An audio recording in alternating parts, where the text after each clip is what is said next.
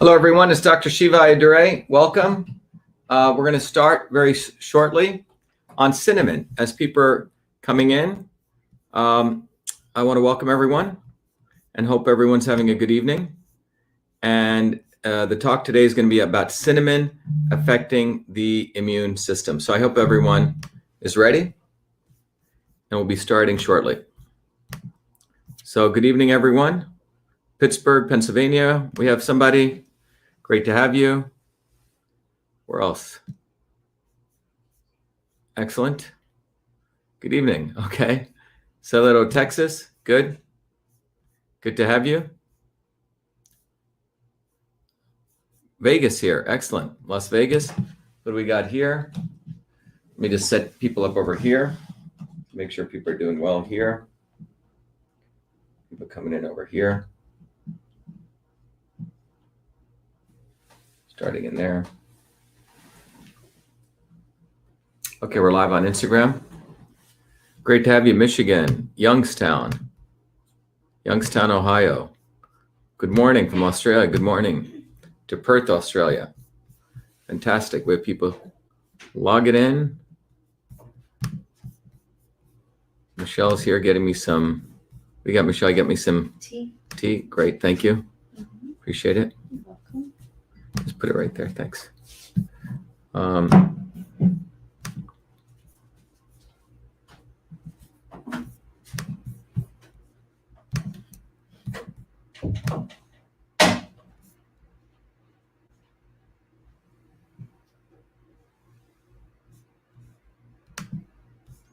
Okay, let's see. We have people coming in. Let me just share the screen here. We're going to be talking about today, so everyone can see. So today's going to be cinnamon and its effect on the immune health as a part of our immune health series from Illinois. We got Alberta, Canada, India. Very nice to have you. Wow, got a bunch of time zones. Massachusetts, Denver, Michigan, Branson, Missouri, Perth, Australia.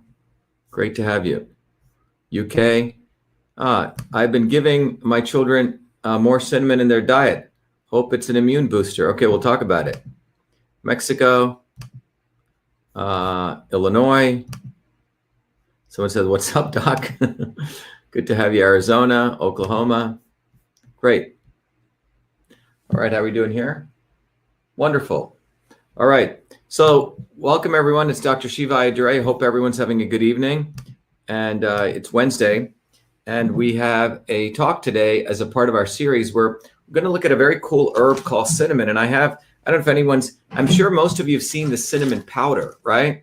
But, I use cinnamon all the time and it comes like this. I don't know if you can see it. It's literally the bark of a tree. If you can see it right there. That's the inside of the bark and that's the outside. And I have a bunch of it. Sometimes it curls up, you may get it all curled, but I have it from a very natural source. This is organic, all right? And this is cinnamon. And typically what I do with cinnamon, I have a mortar and pestle and I'll crush the cinnamon up. You can sprinkle it on your morning or oatmeal. When I make curry, cinnamon will be one of the ingredients that I add. I'll take cardamom, crush that up cinnamon, cloves, and those kind of things. I'll be crushed up, black pepper, and that'll be part of the. But it smells great. It's very nice. Obviously people can add it to cocoa and things like that, but that's what it actually looks like. All right. So that's cinnamon for everyone seeing it there. Okay, good. So let's see how people are doing here. I just want to make sure people here can see. Okay. I think people are good there. Okay. So let's begin. And let me see if there's any, we have any, okay, Andhra Pradesh. Wow, number of people from India. Someone says, I have cinnamon root in my porridge with turmeric, banana, and honey. Wow, that sounds great. Sounds awesome. Someone says, I boil it in a little alcohol, sugar, lemon, and water for 45 minutes and eat it. Wonderful. Put it in my oatmeal. Yeah, it's great with oatmeal. It's really, really good when you actually, take it and you, someone said we never saw that before. Well, if you haven't seen it before, here you go again. You can take a screenshot of it. That's what cinnamon looks like. It's it's amazing what nature provides us. So let's jump right into it. So when we look at cinnamon, let me just make sure here people are okay. Yeah, they're good there. Let's talk about it. So cinnamon is actually, I think I want to do it like this for these guys here. Sorry about that. Cinnamon, by the way, before I start, I always do a little bit of an introduction. Sometimes there's new people here. Those of you who've heard it, I apologize. One of our, my assistants, John, is going to make a little video so I can play this as people are coming in. We're trying to get a little more, quote unquote, professional here, right? Even though we don't want to get too professional about stuff like this. But for those of you who are interested, a quick introduction. Many of you know the notion of systems has always been part of my existence. And if you go to VA-SHIVA, it's really about creating the future. And the core of that platform at vashiva.com is really about teaching everyone the importance of systems thinking. And my entire life traverses that. And I think all of our lives do. Some of us are more aware of it. But for me, I grew up in an interesting world. I grew up in sort of a contradictory world. I grew up in India when I was up until 7 years old in this crazy city called Bombay, which is chaotic city, but highly diverse. It's like New York on steroids. And then I grew up in these serene surroundings of a deep South Indian village, which are the scenes like this. And my grandparents were poor village farmers. There's a picture of my grandmother in her Sunday best. And she was not only a farmer 16 hours a day, but she was a village shaman. She could observe your face, and using a traditional system of medicine, she would observe what was going on inside your body. So I observed two things as a child in my formative years. Here I grew up in these two diverse worlds, a city and a village with no electricity, no running water, none of that, right? So it's quite different extremes, and trying to understand why even those extremes existed. And I also grew up in India where we were considered low caste Indians in a caste system. So, and I had my, unfortunate experiences with that, which made me wake up at a very young age, at the age of 4 or 5, trying to understand why that kind of injustice existed. So I grew up in this world of, deep contradictions, understanding that, we were essentially treated differently for whatever reason, and then grew up with this grandmother who was a village farmer, but on the weekend, she could observe your pace. She would go into trances. She would do some pretty wild things. But I saw her materially heal a lot of people. She could look at their face, figure out their body constitution, and figure out what was right for them. So this, whether I knew it or not, I can talk about it now, was really building in me an idea of wanting to understand systems, caste system, different types of, political systems and medical systems. So that's what drove me in a very ambitious way. When I was a kid, I came to the United States at 7. By the time I was 14, I'd gone to NYU in a program in computer science, really loved math, loved sports, all those things. But I started working full-time at a medical school. As full-time as a research fellow, I was given a great opportunity because of my great parents, amazing school teachers who changed the rules, and then a mentor where I was given the opportunity to go into Newark, New Jersey, and start doing research on sleep systems. Why were babies dying in their sleep? One has to understand that there's a phenomenon called sleep apnea, where a baby will suddenly stop breathing, and it's part of the disease called sudden infant death syndrome. And our data that we had gotten from a hospital called Montefiore Hospital, this is back in '78. We had the best time series data, 24 to 36 hours of time series data. And I had the opportunity to go through that, write computer programs to see if I could predict when a baby went through a certain sleep pattern, would that cause when the baby stopped breathing, an apnea. So I ended up doing that research. Babies, by the way, have 6 states of sleep, not 5 like adults. And I wrote a paper on it. But while I was at that university, I also learned about it. Another system, the inter-office mail system. Again, it was a system. It was a bunch of parts, the inbox, the outbox, the folders, the secretary, the memo system. And in this medical school, every doctor always had a secretary, and the secretary is really the center of communications. She was the one who took the dictation. She was the one who created the thing called a memo, write it out, the to, the from, the subject. She sometimes would have to send copies of it to others in the single memo called a carbon copy. right? She'd actually have to type up multiple carbon copies using carbon paper. Sometimes the thing had an attachment where you put an enclosure, right? And you'd put it in these envelopes, and it shot around the medical school in these interoffice or these pneumatic tubes, right? It was a very complex system. It wasn't just simply, like exchanging a sticky note. Now, because I was good at programming and people were very supportive of me, Dr. Les Michelson, who was the supervisor there, gave me the opportunity to convert that entire paper-based mail system to the electronic system. No one had done it before. On those old computers, you could send little like telegrams, text messages. That's not what we're talking about. We're talking about taking the inbox, outbox, folders, paper clips, the registered mail, BCC, CC, and converting it to a system. And remember, these secretaries, the military industrial complex, and there's reports which we found at that time, they didn't think these secretaries could ever use the computers. They were chauvinists, they were elitists. But, to me, these secretaries, I had great respect for them for all the hard work they did. So I was very respectful. And they said, look, Shiva, we're not going to go to an electronic version of this unless it has all the features. So I had to implement hundreds of features, and I wrote 50,000 lines of code, named that system email. All right. And the only reason I named it email was because the operating system only allowed 5 characters. And by the way, here's my teachers and I. There was a big news article written in the local newspaper. And then when I came to MIT, it was on the front page of MIT. The president of MIT advised me, hey, look, you can't patent software, but it's unfortunate because the Supreme Court didn't even understand what software patents were. It wasn't being supported, but I wrote away for the copyright work. And on August 30th, 1982, I was given the first US copyright for email. But the key word you'll see is system, right?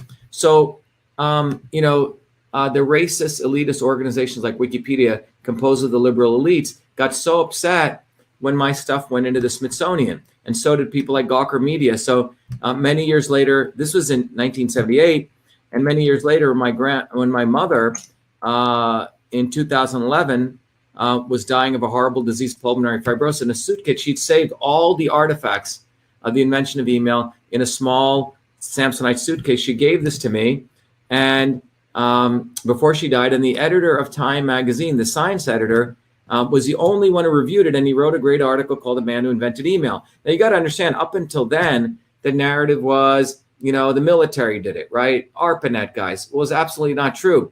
Those guys had conflated what they did. At best, they created a caveman version of Reddit. What I created was email, the system as we know it today. I wrote the code, named it email, and got the copyright. And so on November 11th, this article was written in August. On February 16th, 2012, it went into the Smithsonian. But the important thing to understand here is that there's no controversy about who created email. The issue is, why was a controversy even created in 2012 and eventually in 2016? I had to get lawyers to expose and fight Gawker Media. I won a substantial settlement, and all the articles, the defamatory articles saying I didn't invent email, were taken down. But those of you who are interested in the actual history of it, you may want to go to whoinventedemail.com. I'll put it up here, whoinventedemail.com, and I'll give you a real deep understanding of what is email and the actual origin. I'll post it up here so in case you guys are interested. Okay. In fact, I'll show it to you here. But it's important to understand this because it's a story that's important for every American to understand, because email was truly created in the working class neighborhoods of Newark. And you can see all the facts about the invention of email if you go to whoinventedemail.com, testimonials, the history of it. So, this is a truth about the invention of email. All right. But why is this important when we're talking about cinnamon? Okay, it's important because the journey that I went was from interested in medicine, then creating the first email system. But it was a journey that really made me appreciate the science of systems. And it was a long journey that's why I want to share it with all of you, because it's led me to the creation of the movement for truth, freedom, and health. But by the way, this was really the system that allowed me to create email, innovation, freedom, and infrastructure. It was in that triangle where email was born. When I went to MIT, I was very interested in medicine, went in and out of MIT, 4 degrees in engineering, because I didn't like the way that they were looking at, the way medicine was looking at the body was a bunch of parts. They weren't looking at the body as a system. They didn't have a language.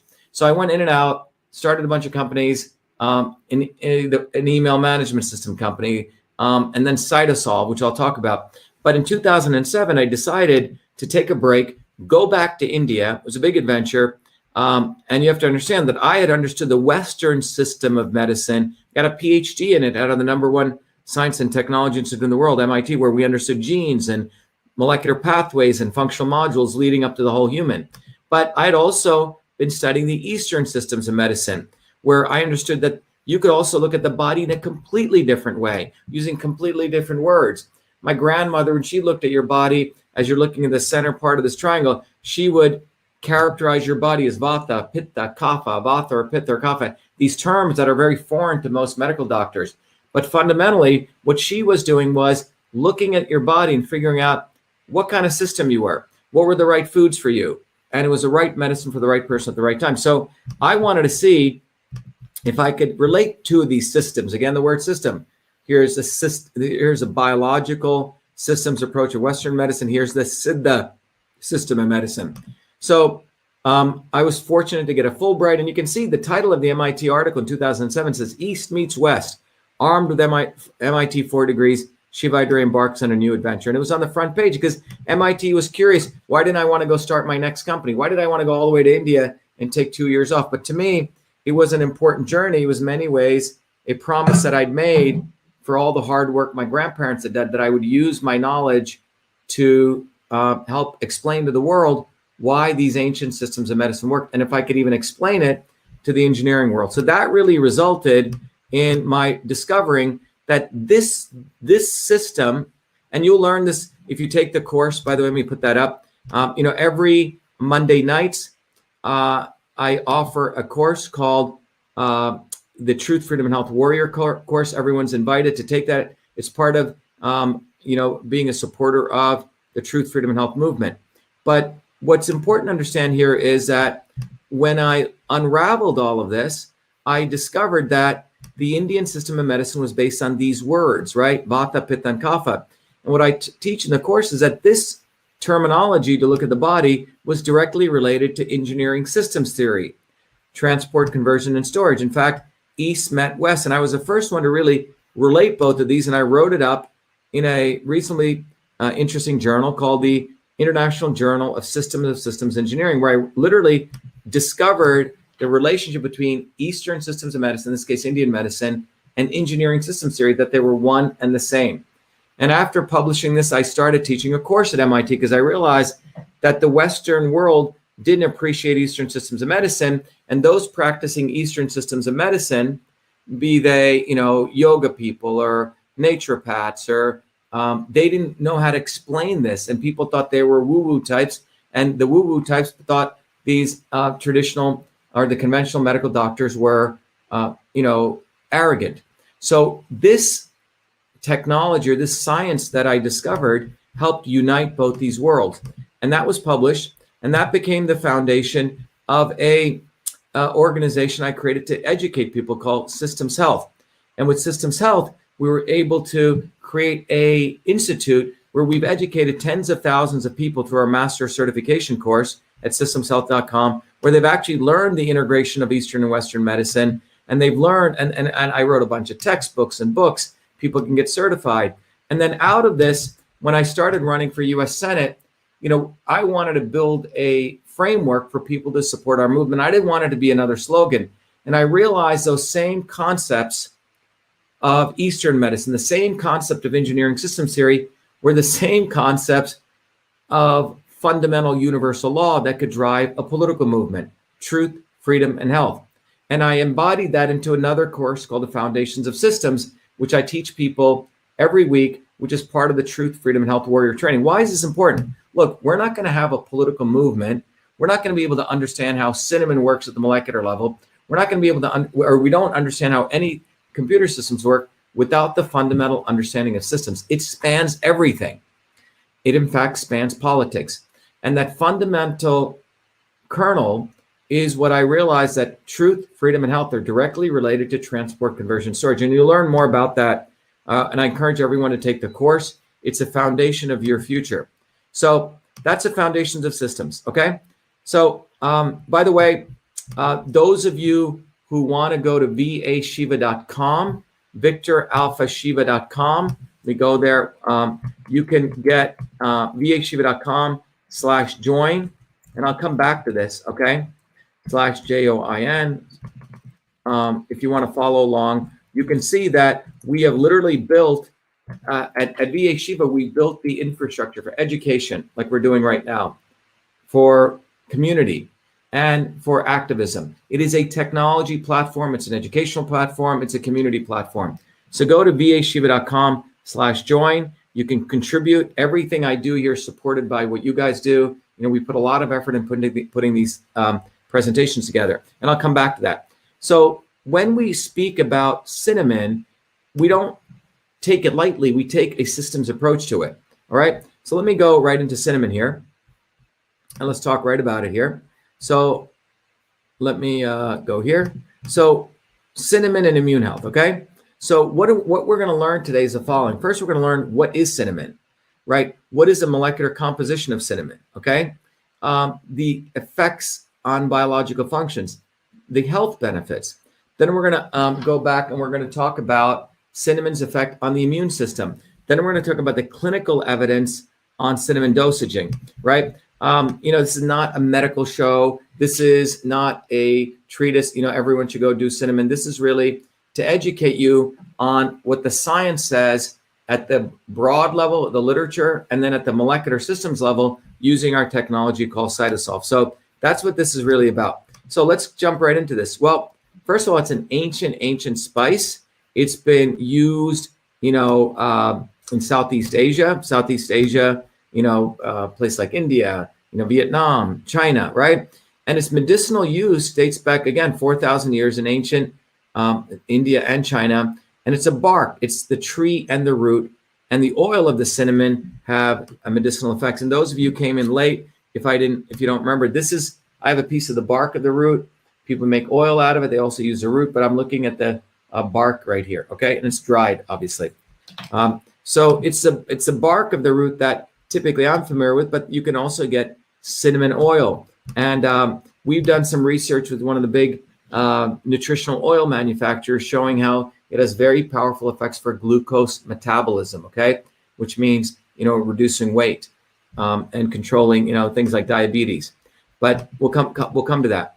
Now, there are about 8,787 research articles written on it, 99 clinical trials, and over 120 years of medical research. That means we go back not to 1920, but we go back to the early 1900s. So quite a bit of research that's been done on cinnamon from a healing aspect. So it's pretty widely researched herbs. One of the, I would say it's not the best research herb. I mean, we saw one of the herbs that we discussed yesterday, green tea. Green tea has, I think, like 40,000 articles over, 220 years. I think about hundreds of clinical trials, but this is pretty good. So that's the science that's been done out there. Now, with all of that research, what we can do with CytoSolve is we have the ability to take all of that research, because think about you going through all those papers, right? So what we can do with CytoSolve is we can take all that analysis and we can distill it to find the ones that were, well-written papers with, scientific validity. And then we can extract out of that the molecular pathways that you're seeing in this diagram.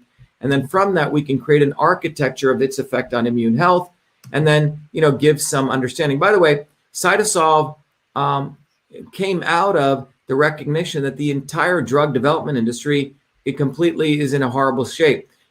They can't by the way, if you look at something like cinnamon is not just one compound, okay? Cinnamon's got hundreds of compounds in there, which we'll go over. Versus what drug companies do, they just try to get one single pharmaceutical compound. And in order to get it out to market, what do? Let me make this a little bit bigger for our, actually, maybe I can leave it like this. so everyone can see it there. Yeah, so what you can see here is that it takes a great amount of effort for pharmaceutical companies just to take one synthetic compound. Cinnamon has natural ingredients. This is a synthetic compound, and they have to do, so if they want to show this affects cancer, they got to get a test tube, throw cancer cells in there, test that for a couple years. Then if they think they see something there, then they go, hopefully don't kill too many animals, but they do animal testing. After all of this takes 6 years, then they get allowance by the FDA to go do phase 1, phase 2, phase 3 clinical trials.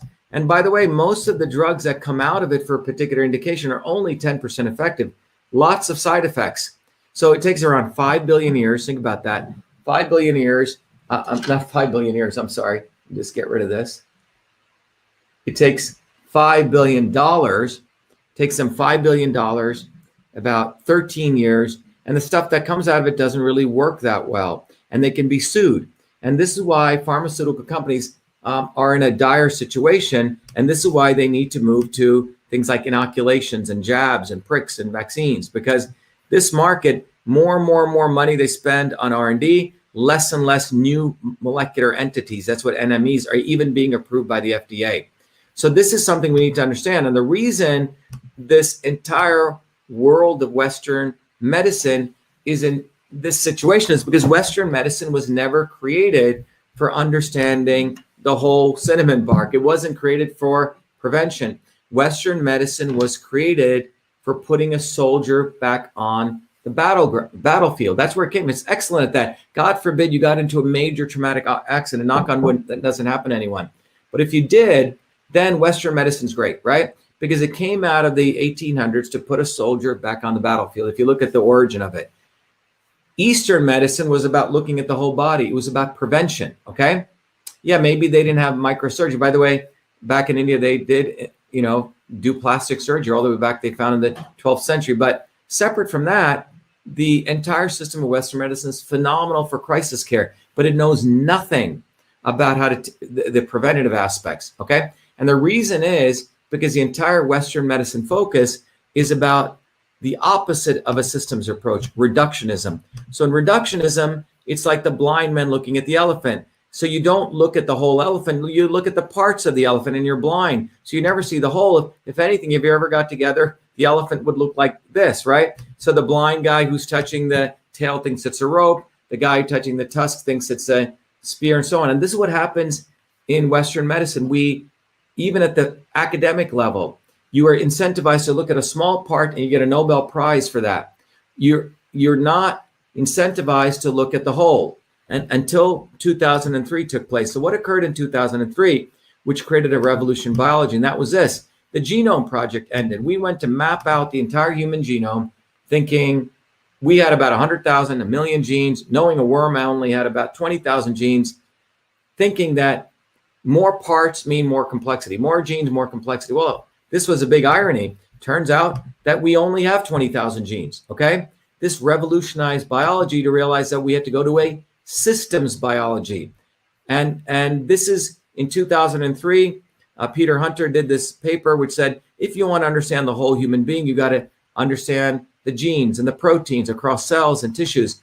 And around that time is when I was finishing up one of my companies. My advisor at MIT said, Shiva, come back to finish up your PhD, which I'd started, and I left to start a company. And he said, look, you've always loved medicine. You created the first email system. You know how to create large-scale technologies, and you've loved medicine. So here's a grand challenge. Imagine if you could mathematically model the whole human cell on the computer. Imagine that we could see the cell as an interreaction of many, many molecular reactions, not just the nucleus. And imagine if we could do that. So that became my focus of innovation for the next 4 or 5 years. And out of that, I created CytoSolve. CytoSolve was a way where you could take these little ball and stick diagrams. By the way, if you go and read any of these science papers on any aspect of molecular biology, at the end of it, they'll always have some ball and stick diagram. Most of them do. But those are sort of jigsaw puzzles in understanding the whole, let's say immune health. So with CytoSolve, we created a way that we could take these molecular pathway diagrams, convert it to models, and interconnect them together. Because before CytoSolve, people weren't able to model maybe like 50, ball and sticks, right? but not something as complex as understanding the whole human cell or cancer or disease. So CytoSolve was a major breakthrough. And the approach I took was like an orchestra conductor who integrates pieces and computes them without having to mash them all together. So that was CytoSolve. And fundamentally, what CytoSolve allowed us to do was just like the way we build airplanes today, we don't kill test pilots, right? We model different airplane designs on the computer. Then we go do wind tunnel testing, and then we go do test flights, right? We don't kill people. Well, that's what CytoSolve is. It allows us to take compounds tested on the computer based on certain molecular functions. Like I said earlier, we can literally take the literature, as you see on the bottom right, mine it, and understand the molecular mechanism. So it's a very powerful technology, which is revolutionizing medicine. So over the last 16 years, I've worked with the largest institutions in the world, research, biotech and nutraceutical companies. I really love, all the work we did today over the last 10 years is with nutritional companies who want to use us to understand combinations of nutraceutical products. And that's what we do. So we have used CytoSolve to really understand how to compute combinations. Because one of the principles you realize when you look at systems, and this is why a food like cinnamon is important. It's not just one ingredient. There's not one ingredient. This contains many, many ingredients. Because when you consume cinnamon, you're getting the synergistic effect of many, many different chemicals. And so CytoSolve allows us to do that. And we've created a whole ecosystem where we work with research community. We can mine the literature to really find truth. So when we look at my grandmother who would combine stuff, when I asked her, how did you combine that stuff? She would speak in a language I couldn't understand. But with CytoSolve is like the alchemist in the sky. We can, with CytoSolve, understand combinations, synergy. So we can, for example, look at what happens when you eat turmeric, curcumin. Here we've looked at 6,000 papers. We've modeled all the chemical reactions. Same with resveratrol, what's in red wine. And then we can combine them and we can run on the computer experiments. So here I'm creating inflammation in the body. That's what this 0.15 means. No curcumin, no resveratrol. Then I just give curcumin, right? Look at it comes down. Then I just give resveratrol. It too comes down. But look what I can do. This is quite profound. I can play around with combinations. A little bit of curcumin, a little bit of, resveratrol. And watch what happens. A little bit of each lowers the inflammation even more than just giving a lot of one. And this is what's powerful about the systems principle. When we do combinations, we get more effect. This is why truth, the pursuit of truth, the pursuit of freedom, and the pursuit of health cannot be separated, right? What unfortunately happens today is the people fighting for health are typically people who are considered, the earthy, crunchy granola types. And the people fighting for freedom are considered conservatives, quote unquote, rednecks. They want the Second Amendment. And the people who want truth and science and innovation, they're considered nerds. But all of these three movements need to synergistically come together, just like turmeric and resveratrol. When you bring groups together, disparate groups, you can have a synergistic effect where the whole becomes greater than the sum of the parts. This is why truth, freedom, and health is not just a slogan. This is why foods are powerful, because they have many, many molecules in them. Okay? So I wanted to share that with you because that's how we do this. And by the way, I'll come back to this. Many of you wanted me to put this up earlier in the presentation.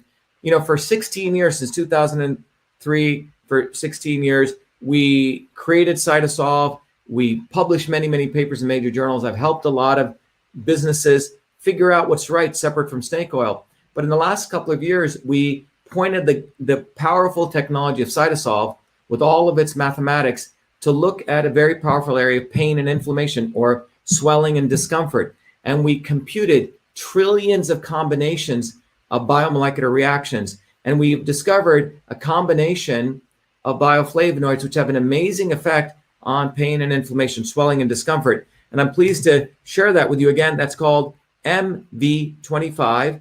You can pre-order it on our shop online.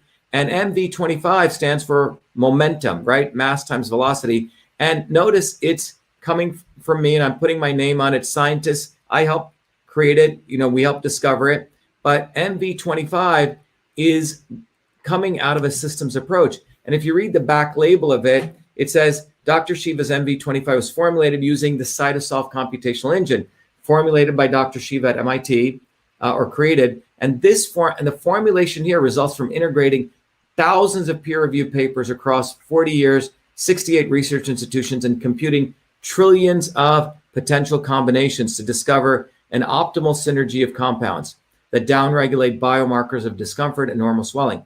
And CytoSolve optimized means this formula has been optimized to maximize benefits and bioavailability while minimizing toxicity based on current research. As the science advances, so will the formulation. And the reason this is important is if you go to many of these supplement companies, and I used to go to many of the conferences, where 70,000 people show up, and you find, unfortunately, many of these supplements, most of them don't work. Most of them are like one guy who reads some paper called a formulator, and he just throws stuff together because they didn't have CytoSolve. With CytoSolve now, we can literally take a systems approach, engineering systems approach, but most importantly, the truth here is new science is going to come. And as new science comes, we'll incorporate it into the CytoSolve operating system, and we'll get it better and better and better, okay? So what we have today will improve. So that's really the promise, but that's really the principle of synergy. And by the way, those of you want to go right, you can go right to, by the way, one thing is it's clean certified, it's made in the USA. And if you go to vashiva, right on the top, you'll see the shop site, the shop symbol right there. And you can go, oops, I think our people here are not able to see this. Sorry, guys. Right there, if you go to the shop site, you'll be able to purchase it right there. You go right there, and there's MV25. So enjoy. So when I look at cinnamon, we look at it from a synergistic approach. Cinnamon doesn't just hit one molecular pathway. It has a synergistic effect, and that's what we're going to find out. So synergy is one of the most important principles. Just like it applies to curcumin and resveratrol, or what we've done with MV25, it also, as I mentioned, applies to truth, freedom, and health. That's a synergistic combination, all right? That's why the movements for freedom of speech, the Second Amendment, the movements for good health of our infrastructure, and the movement for innovation and truth and science must all come together. That's why truth, freedom, and health is bounded in systems theory and universal law. So cinnamon. So when you look at cinnamon, it's got a lot of these synergistic combinations. It's got minerals, vitamins, flavonoids, and essential oils, right? So let's look at them. Minerals. Look at the amount of calcium it has. 1 ounce of cinnamon has 281 milligrams of calcium, 4.9 milligrams of manganese, 120 milligrams of potassium, and 18 milligrams of phosphorus. Now, 1 ounce of cinnamon has a decent amount of vitamin A, 82 IUs, a little bit of vitamin C, some vitamin E and K. But remember, as I shared, the amounts don't matter when you start understanding the principle of synergy. It's having a combination of things. So when you're making food, a little bit of spices of all different kinds. Curry powder is a combination of spices because people over thousands of years learned you don't need to dump a bunch of turmeric like this. You put a lot of little things because it has a non-linear synergistic effect, okay? So you can see cinnamon has a lot of potent things in it. It's a food. It's a medicine. It's amazing. Now, cinnamon also has 7 flavonoids are found in cinnamon. Now, I may not be able to pronounce these all perfectly, but gazepin, naphthalin, hesperidin, hibifolin, hypolatin, oroxindin, and quercetin.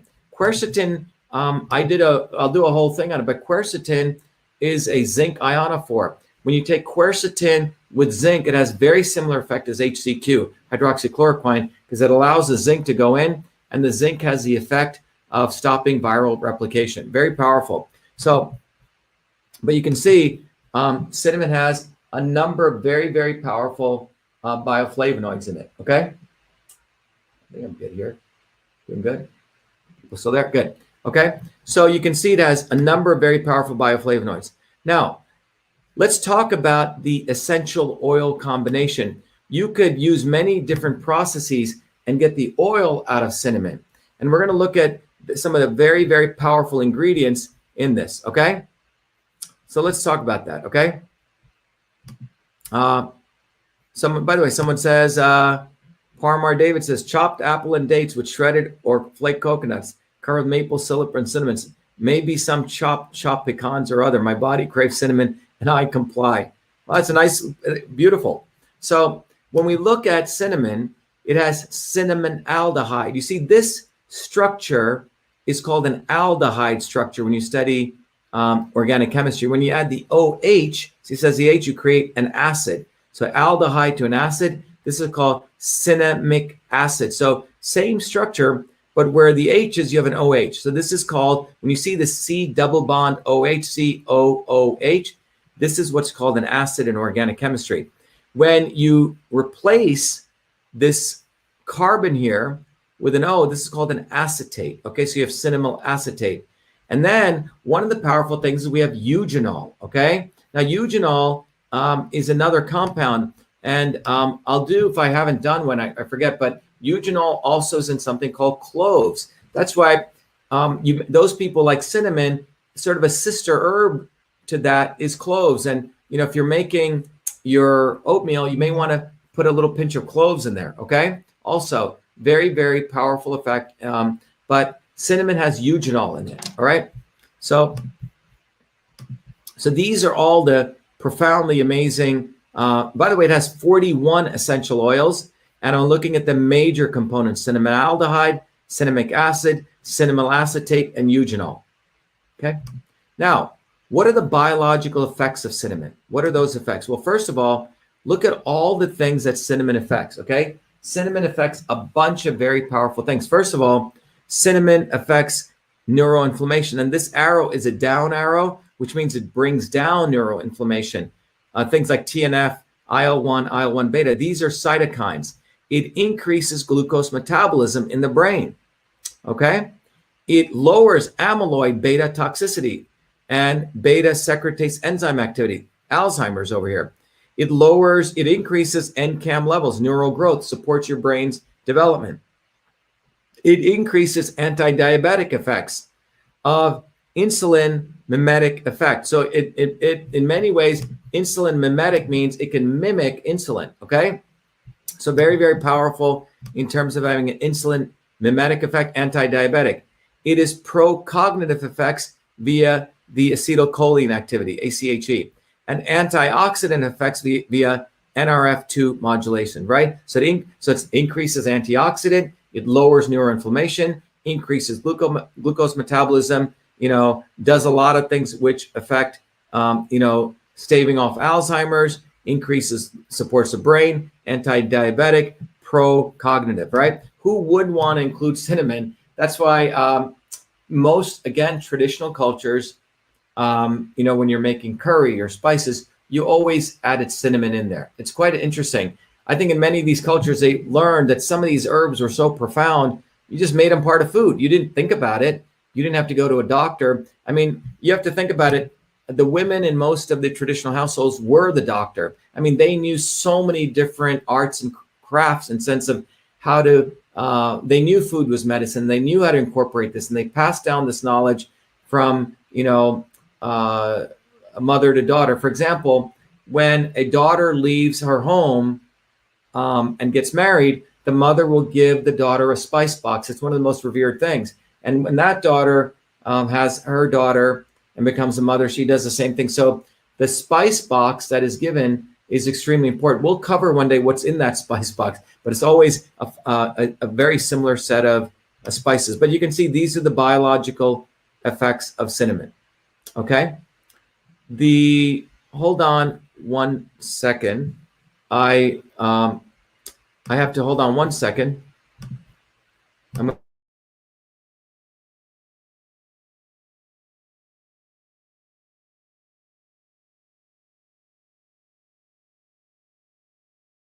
gonna have to go get my battery juice, everyone. Wait, Michelle stole my juice. Hold on one second. 1 second, everyone. Hey, Michelle, you took my charger. My battery. Okay, please plug it in. Okay, all right, sorry about that. We're back. Michelle had taken my charger, so we had to bring it back. So she's gonna bring it back for me so we don't lose anyone. But anyway, so those are the biological effects. And remember, I distinguish the biological effects, which means the chemical effects going on at the cellular level. And these are what I just covered here for you. Now, if we go to the health effects, the health benefits of cinnamon, okay? What are the health benefits? Well, lowers blood sugar levels, okay? Lowers cholesterol levels, lowers the onset of chronic illnesses, reduces inflammation, treats menstrual cramps, has antibacterial and antifungal effects, boosts immune system, helps in weight loss, aids digestion, boosts functioning of the brain. Now, today, because of all the discussion about immunity and how do I stay healthy and how do I boost the immune system, you know, what we've done with CytoSolve is we focused on two of those aspects, which is the antiviral, the antifungal, and the boosting immunity. By the way, we could do a whole talk on cinnamon on menstrual cramps, cinnamon on biological effects. And those of you listening, many of you want me to do different talks. Please email me. I'm taking your suggestions and we're adding it to our list of videos. One of the public services we do at Be to support our movement for truth, freedom, and health is to make these videos, but it's coming from your ideas. But we want to find out what you guys want. And tomorrow we're going to do one on neem, I believe, or moringai. Someone asked us about that, so we're delivering on that, on moringai. Okay, so let me go back to this. So we're going to focus on boosting immunity and the antibacterial effects. Now, one of the things we need to understand is what is the immune system, okay? If we're talking about boosting immunity, antifungal, antiviral effects, I want to take a little bit of time to really educate all of you on what is the immune system. Now, if you were to listen to Fauci, if you were to just listen to the CDC, you would think that the entire immune system is only about the antibodies, right? That's what we're led to believe. And unfortunately, this is not true, okay? The immune system is far more than just the T cells and the B cells upregulating antibodies. That's only one part of the entire amazing system we call the immune system. The immune system has a whole bunch of players that play in it. But unfortunately, what's happened is the immunology that we practice today looks at two of those instruments of immunity, the innate immune system and the adaptive. All right. But the reality is the immune system is far more complex. And I want, in every one of these talks, I keep pounding away at educating you guys on the immune system because I want you to go educate your doctors, frankly. I want you to go educate your neighbors and parents and children and everyone, because the immune system, as you're going to learn shortly from an MIT systems biologist, and I spent most of my life studying the immune system. In fact, I'm considered one of the leading guys on the immune system. A couple of years ago, I was invited to present the prestige lecture at the National Science Foundation. So you're getting knowledge that you won't get anywhere else because most MDs, unfortunately, don't even know how the immune system works. They don't study the body's immune system. They probably think this is the immune system. Pathogen comes, okay, it hits your, the pathogen comes, it hits your, let me just zoom in on this for our guys here. Most of these people think the pathogen comes and, it goes through your eyes, your nose, and your gut, right? Your macrophages, and we'll talk about this. Your certain cells try to eat up that pathogen. And then after that, then your adaptive system kicks in and it tries to create antibodies for that system. And then that's it, okay? What's not true, okay? The immune system is a lot more complex. And the paper that I presented at the National Science Foundation really talked about this. The immune system involves the microbiome, the virome, the innate immune system, the adaptive, the interferon system, the neural system. And my PhD work was really looking at the interferon system. And I want everyone to really understand this. So when you look at this diagram, you see it's not just the two blue boxes. And in fact, in 2018, an important paper came out saying we need to take a systems immunology approach. And in fact, that the modern approach that is used to develop most of the, quote unquote, medicines has to do with the 1915 model of the immune system, which is just the white blood cells. Okay, get the antibodies and you're done. Okay, what's true. The immune system is far more complex. It involves all of these systems. One of the most spectacular systems it involves, we're going to talk about, is the interferon interferon system. Interferons. Interferons are chemicals your body creates, and it sticks in between the innate and adaptive. And the interferons are in every cell of your body, you're going to learn. And those interferons are powerful chemicals which actually activate your natural killer cells to go eat up infected cells. That's why everyone's befuddled. Oh, there's a lot of people are asymptomatic and they got the virus, but nothing happened to them and they don't have antibodies. You know why? Because the interferon system kicked in, activated the NK cells to go eat this up. Okay. This is why it's really, really important to see this as a huge orchestra and it's stuff we're still learning. In fact, the interferon system upregulates thousands of genes, okay? Thousands of genes, not just one gene, but thousands of genes, which are vital to your immune system. So all we're looking at, unfortunately, all these guys look at is antibodies, antibodies, antibodies, antibodies, antibodies, it's like they're in a cult, okay? Okay, but antibodies are only a small piece of the puzzle. So let's look at that adaptive and the innate and the adaptive system. So what happens is, in fact, I want to take it over here. It's a little bit better. If you look here, so here are, let's say in the case of the coronavirus, here is your lung epithelial cells, and the virus tries to infect the cell. Well, when it tries to infect it, the innate immune system attempts to eat up this virus. This is called a macrophage. And it does what's called phagocytosis, which you're seeing right here. It envelops the virus and starts chomping away at it. And these little things are the particles from the virus. And then what it does is, as it's chomping away at it, it presents the materials to the CD4 T cells. That's what you're seeing right here. It presents this to the T cells. And what the T cells do is they activate the CD8 T cells, which go and try to kill the infected cell. In parallel to that, the CD4 T cells also call upon the B cells. And these B cells create these things, these little Y things called antibodies. This is all in the adaptive immune system. And over here, you're seeing the antibodies inactivate the virus, okay? That's all well and good. But guess what? That's only one part of the immune system, but that's all we're focusing on. Everything we focus on is, let's upregulate that antibody. Let's get that antibody. If you got that antibody, that's a goal. But the point is, the antibody system doesn't come in much later. If you actually study the science, what you find is that there's a whole nother system called interferon. And by the way, there's many of them. Okay, I could do a week-long talk on interferons. But interferons constitute the first line of defense. They're the ones that create the antiviral environment. And type 1 interferons are present in virtually every cell in your body. So let me repeat that. You don't have antibodies in every cell, but you have interferons that are just waiting there to fight for you, okay? And in fact, when you get a virus, the body actually upregulates a whole bunch of genes. It means it wants you to get infected, so it gets stronger. That's a principle called resilience, okay? And type 1 interferons are present in virtually every cell, and type 1 interferons include IFN alpha as well as IFN beta, okay?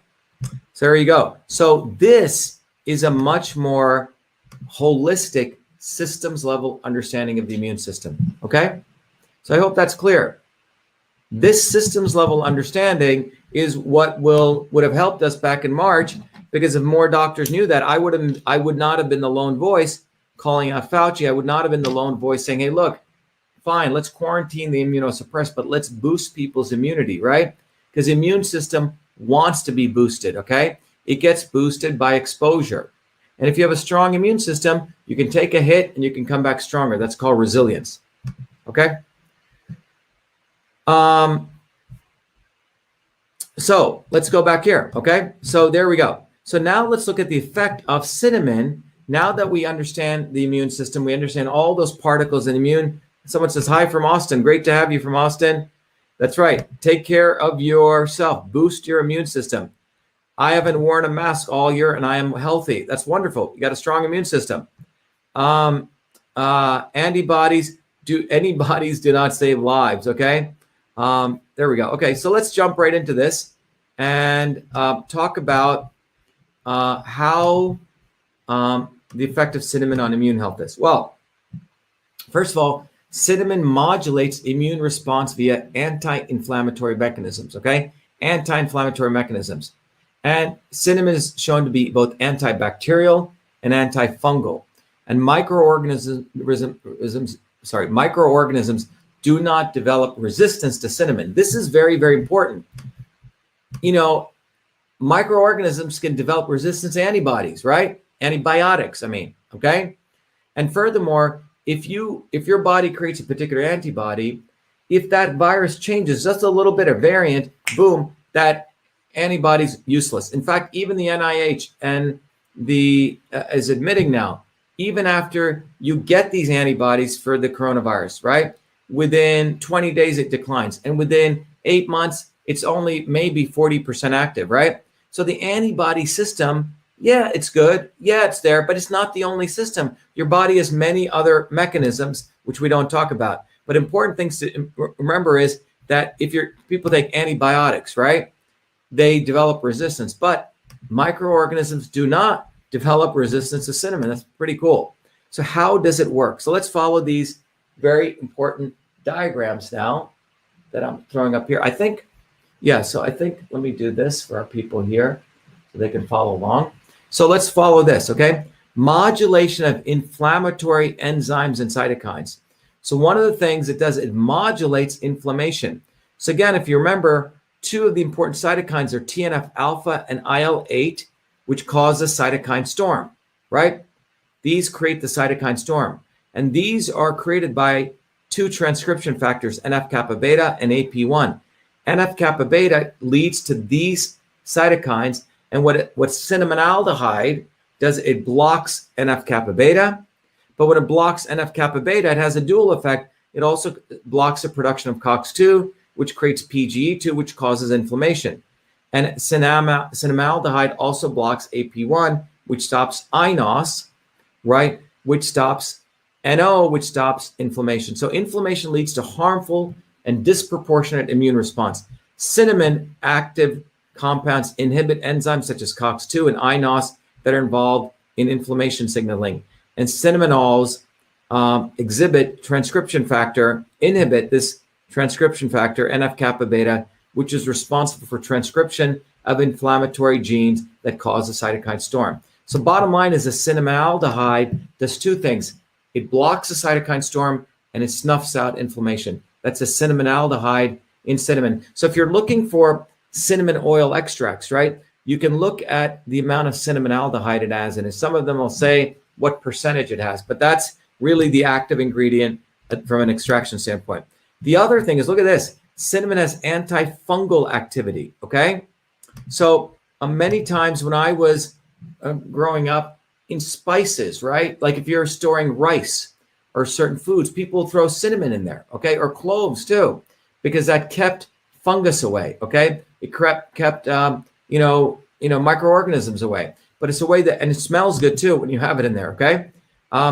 So cinnamon is effective against several fungi, including Aspergillus flavus, which causes rot in grain. So you can literally, if you're storing grain, I recommend this. It's an ancient tradition. Throw some cloves, like if you have a bag of rice, throw some cloves, throw some cinnamon in there, okay? It'll help stop this fungi, which causes rot in grain. This also, Aspergillus fumigatus, causes allergic diseases. It snuffs that out. And Trichophyton rubrum causes athlete's foot. Candida, okay, causes genital and oral infections, all right? So, in some formulations, people will take the cinnamon, make it into a paste, right? And or the oil, diluted, you can put it on your feet, right? To support you from athlete's foot, for example. These fungi do not develop resistance to cinnamon. Look, some people say, oh, for this fungus, use this antibiotic, right? Well, you develop resistance, right? And it comes back and comes back and back, okay? So the antifungal mechanism of action, that's what MOA means, MOA, of cinnamon. The way it works is the cinnamon essential oil destroys the cell membrane. It destroys the cell membrane of the fungi, and all the intercellular content goes up. Basically, it blows up the fungi. It basically fires bullets at the cell membrane and the fungus gets destroyed. But you can see the range of different funguses it hits, right? The stuff that causes athlete's foot, candida, the stuff that causes rot and grain, causes allergic diseases, okay? Now, the other important thing to remember is, so we've talked about the anti-inflammatory, one piece, the anti-cytokine storm, the antifungal. Again, cinnamon is a synergistic ingredient. It affects not just one, but many things. It itself is a system. It has a systems effect, okay? So we're witnessing that here. But cinnamon also has antibacterial activity. Cinnamon is effective against several bacteria. Escherichia, E. coli causes diarrhea. Staphylococcus causes staph. Listeria causes listeriosis. Salmonella causes diarrhea. Porphyromonas gingivalis, periodontal disease. Bacteria do not develop resistance to cinnamon. Again, important thing to remember is, people take these antibiotics, right? And the pathogen develops resistance, but not to cinnamon. Think about periodontal disease, the P. gingivalis. Cinnamon has a very powerful effect against P. gingivalis, which is a thing that causes periodontal disease, gingivitis, etc. But if you're going to use the essential oils, be very careful. They're very powerful. You have to dilute them and, talk to some herbalists, etc. Don't just use it straight. You got to be careful with this stuff. Okay. These are medicines. Okay. Someone said should use it on toenail fungus. You can try that. Right. All right. So let's go back to this. How are people doing here? Good. So now the antibacterial activity is quite interesting. Look at how cinnamaldehyde works. So first of all, the antibacterial MOA, mechanism of action of cinnamon fung, first of all, damages the cell membrane, right? It's basically cinnamaldehyde fires a bunch of bullets, blows up the cell membranes of the bacteria, okay, causing it to leak. The second thing it does, it inhibits the Z ring formation. Now, the Z ring formation is what is important in when a bacteria divide, okay? Stops cell division, reduces the virulence of the bacteria. Remember, you got one bacteria, just like cells, it divides, it forms a Z ring during the formation, and that's important for it to dividing.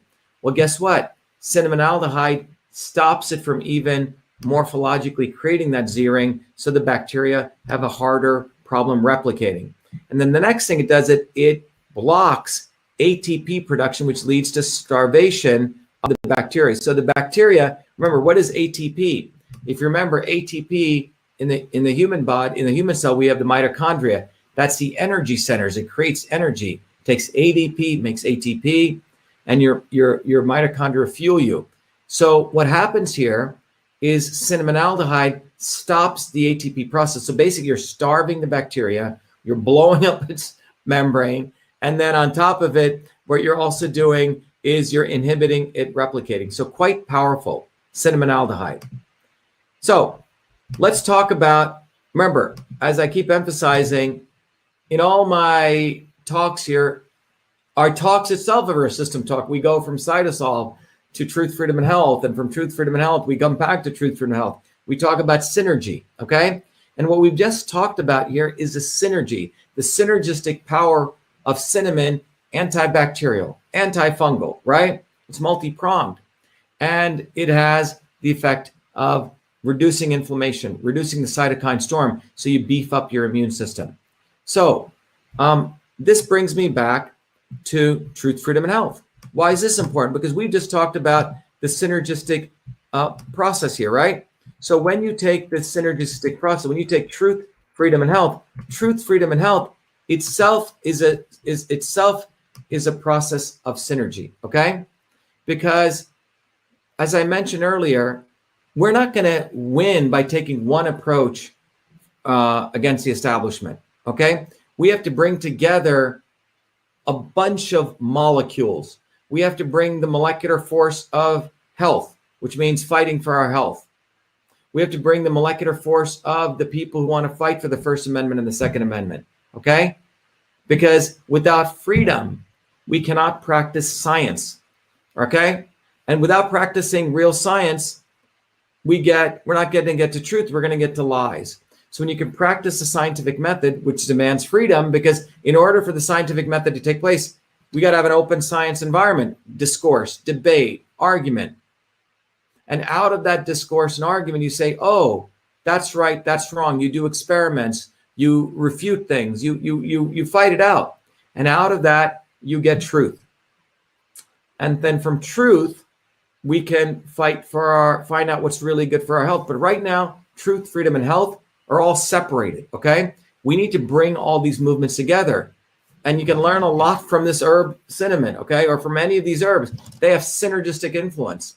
And that's why we need to learn how to combine spices. We need to learn how to use food in very powerful ways, because food is a synergistic experience.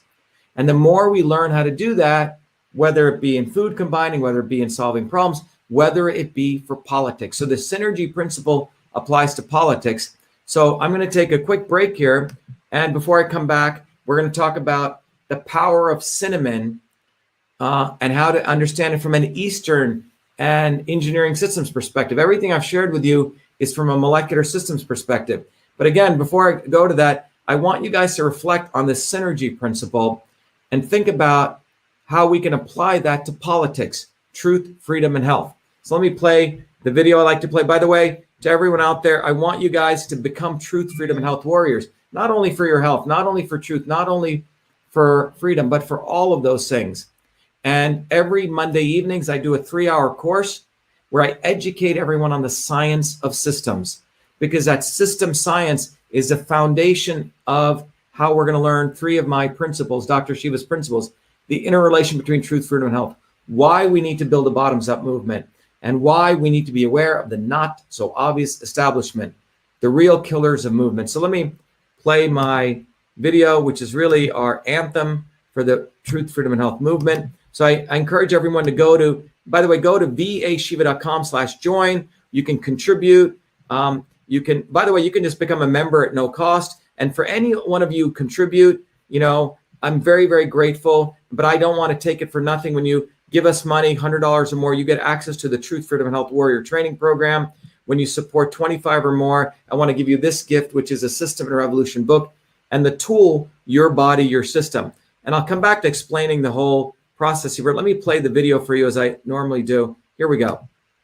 We have allowed our country to be taken over from within, and the end goal is you will have a homogenized world where we will become slaves, because there is a condition among the elites that really thinks they're better than you, deep down inside them, that you don't deserve the freedoms you have.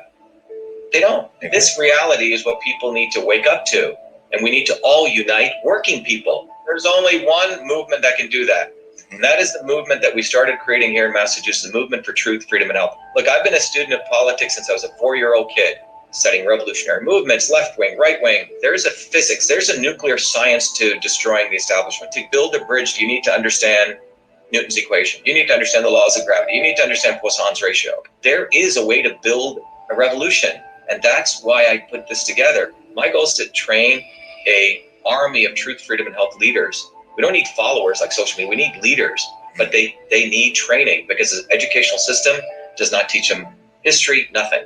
So in 3 hours, that's what I've started doing. That's the solution. We got to train people. First, with understanding what a system is. The second is understanding the interconnection between truth, freedom, and health. Freedom is the ability to move freely, communicate freely, right? Talk freely. Without freedom, you cannot convert ideas, hypothesis into truth, which is science. And without freedom, you can't really get to truth. And without truth, you make up fake problems and fake solutions, which means you destroy our health. And without health, which is the infrastructure of us and our body, you can't fight for freedom. Third concept is it has to be bottoms up, working people, people who work uniting. And what the right wing has done is whenever you say working people unite, that must be communist. Meanwhile, they'll let the Democrats run unions, which suppress workers, completely corrupt. But when you look at the arc of American history, it's been when working people came up. We need to go local. Every solution I'm coming up with as a part of this movement, we're giving the science, which is the truth, and then we tell people what they can do on the ground. Like with election fraud, you don't need to wait for some lawyer. Our goal is to train people. They have to go local, to go local, to go local, fight locally. Forget lawyers, forget politicians, forget celebrities. You've got to learn politics. and there is a science to it. They lock us down, we should be ready to shut them down. And the fourth part of this principle is a not so obvious establishment. So when you look at a system, there's always something that disturbs you from getting to your goal. Well, the biggest disturbance is a not so obvious establishment, which are those people who claim they're for you, on the left and the right. The Al Sharptons who tell black people I'm for you. The Tucker Carlsons. Do you think any true anti-establishment person will ever be on Fox or CNN? I don't think so. They both mislead working people back into the establishment. Without this solid understanding of political physics and theory, you're screwed. You're going to follow on the left wing, Bernie Sanders. Oh, he said something. Or Robert Kennedy. Scumbags. Or you're going to follow, some right-wing talk show host. They're not going to lead us to liberation. It's us. And that political physics, it's a nuclear science of change. Bottoms up. We have to organize to understand that there is people who talk a good game and then look at what they actually do, left and right. I'm sorry, Sean Hannity may say some good things, but I don't see the urgency in his voice to get something done. And it can only come when you weaponize yourself with the right knowledge. You need to be able to identify a rat. Christ didn't go after the Romans, right? It was the Pharisees and the Sadducees who screwed him up. His own quote unquote people. And that's where we're at. So these four concepts I've built into a curriculum. People can go to vashiva.com, and it's an educational program. We need to train people in political theory. You need to have physics, and I've created that curriculum. People need to get educated. We need to get educated fast. And within a half an hour, I can teach people 2 years of MIT control systems. I teach people those concepts. Then I apply it. Anyone can understand it. And then you say, oh, I got to build a bottoms-up movement.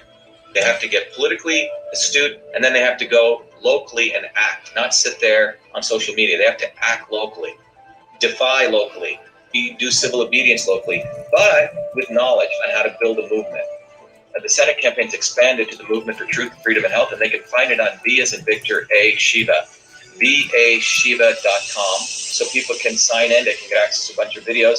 If they want to take a course and become a Truth, Freedom, Health leader, I offer a full scholarship there, but we want people to make a commitment that they'll study, that they'll get certified, that they'll go do activities on the ground. So go to VA Shiva, Victory America Shiva, vashiva.com.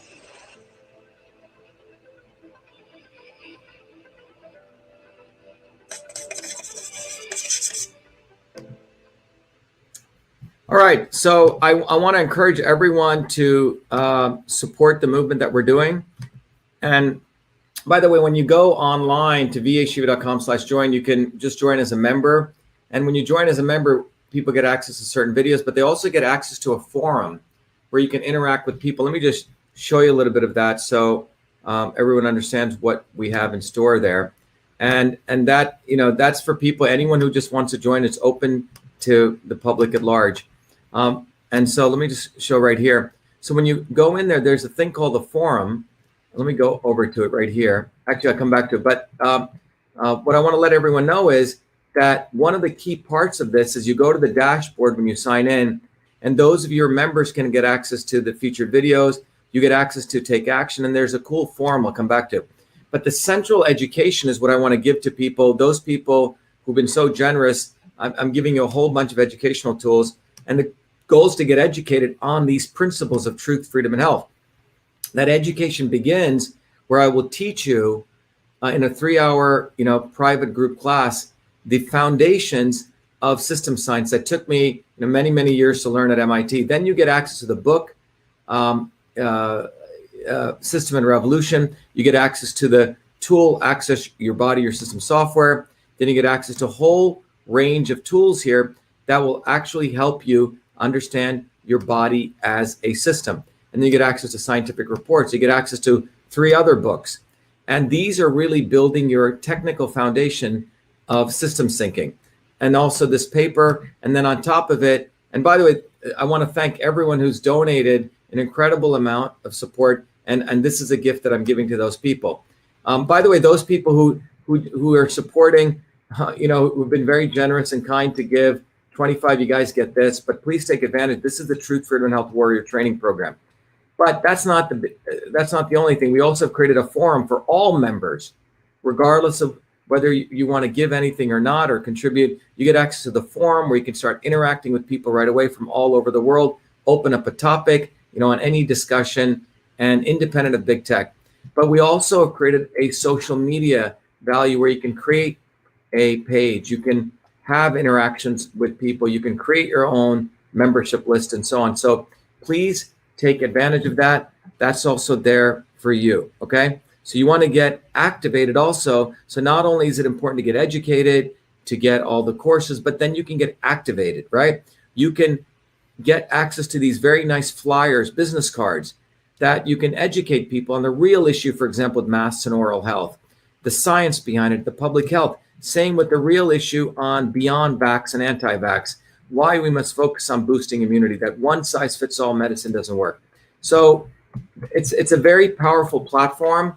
And so that's why, I do about 2 to 3 videos a day, pounding away at the need to take a systems approach. And I try to come at it from all different angles, but that's why I take time to do that. But when you take cinnamon again, everything I've done so far is taken the molecular systems approach, but now I'm going to take an engineering systems approach, and you'll see something fascinating about this.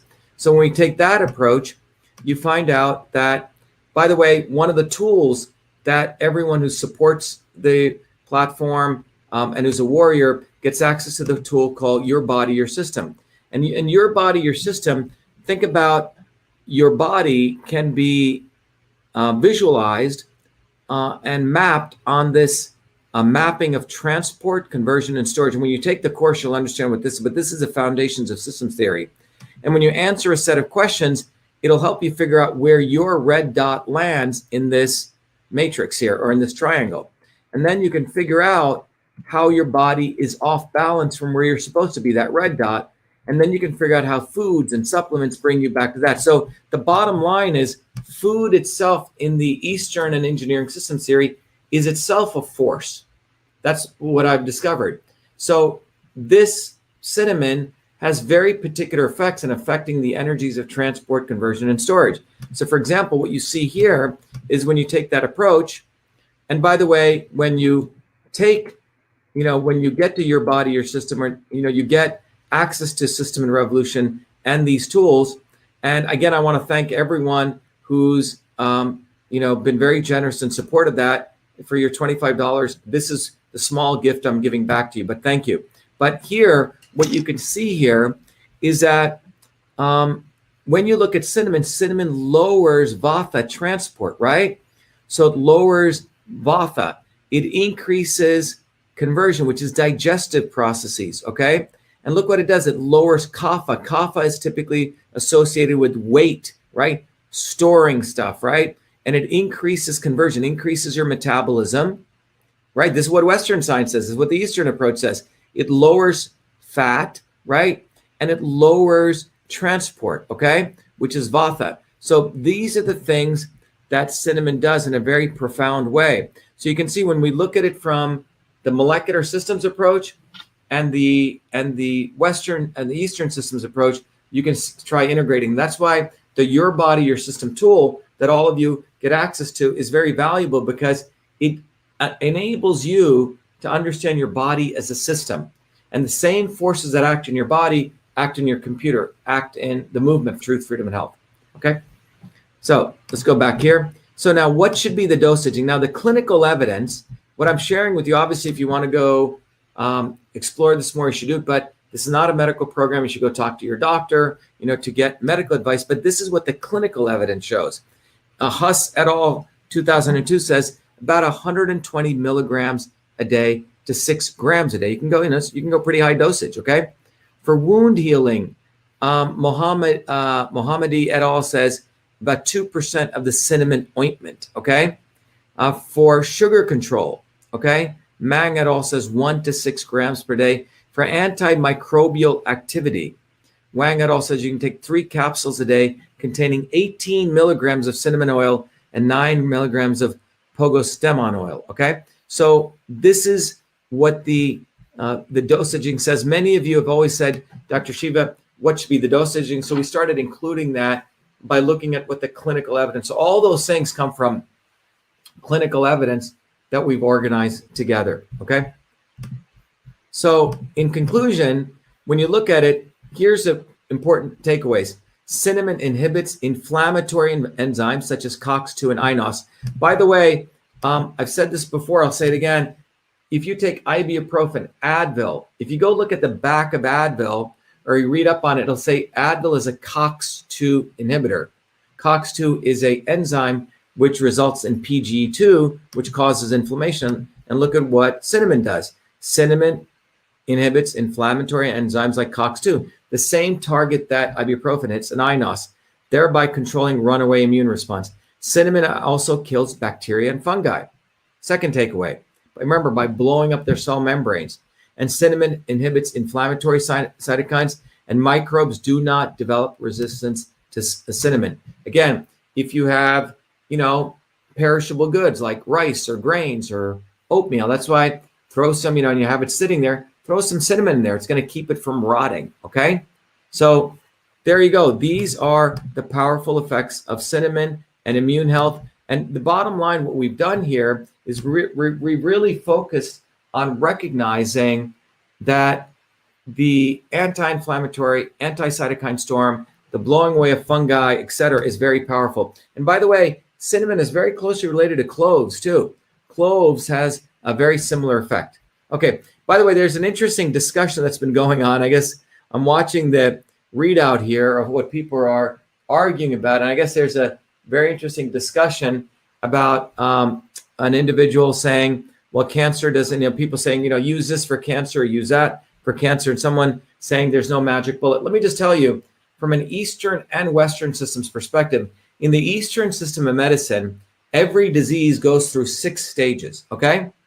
So listen to me as I'm closing out here. Every disease goes through 6 stages. It's etiology. So it starts in the early stage, maybe, I don't know, it feels like a scratch or a sniffle, right? And then you start coughing, right? And then you start getting lung congestion and so on, right?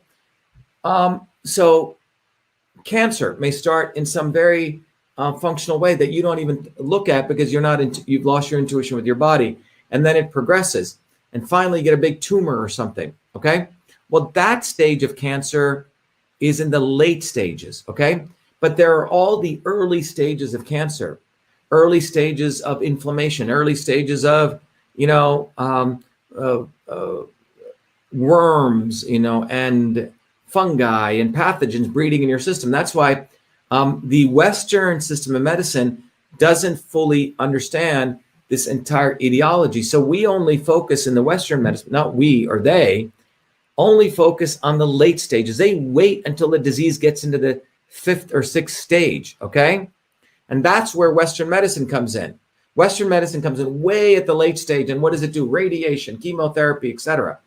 And but it's coming in at a late stage. Because remember, it came from wartime medicine. Shoot the thing, fire it, destroy it. The wartime metaphors.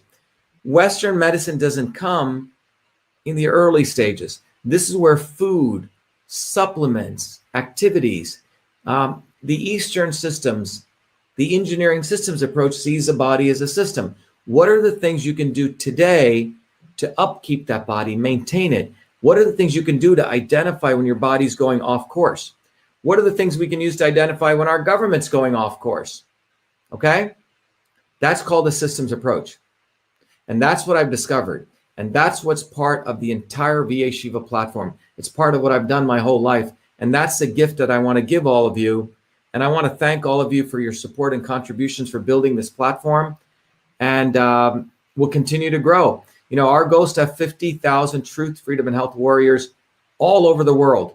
And you guys are like the light, the Jedi Knights, where we want you to be empowered with this scientific knowledge. We want you to build community, and we want you to go local and be activists. And I'm more like the weapons factory of knowledge, where I'm going to keep creating information for you. That's what the goal is. We have to come together as a community of truth, freedom, and health warriors. We have to build this bottoms-up movement. It's the only way forward. If you want entertainment, go watch Hollywood, go watch Bollywood. If you want entertainment, go vote for a Republican or Democrat. Go participate in their elections. Go vote for Trump or Bernie. That's what they are, guys. They're entertainment. The working people throughout the world are being attacked viciously. Over the last year, the lockdowns affected small businesses, small restaurants, everyday working people. It didn't affect Amazon. It didn't affect Walmart. It affected small people because they needed to slow down the economy because the elites want to keep the interest rates low. And we can do a whole discussion on that. When you take a systems approach, you will see the true effects of the establishment wants to distract you, right? It's like what a virus does, right? The virus and all these things want to replicate inside you. They want to take away your attention. That's why you got to zap them hard. You cannot be compromising to the establishment or what you learn in our courses, a not so obvious establishment, okay? So thank you, everyone. I hope this was valuable. I'll do more videos tomorrow. And remember, the most important thing is we must build our movement. It is your movement. So again, support the movement for truth, freedom, and health. Go to vashiva.com/join, support yourself. And thank you for all your support and contributions. We're building up. By the way, we've ordered 2 more very powerful servers. Thank you to your contributions. We're beefing up our data center infrastructure. We have a great data center here in Cambridge. We don't rely on Amazon. We don't rely on others. It's our infrastructure. So thank you, everyone. Have a good night. Be well.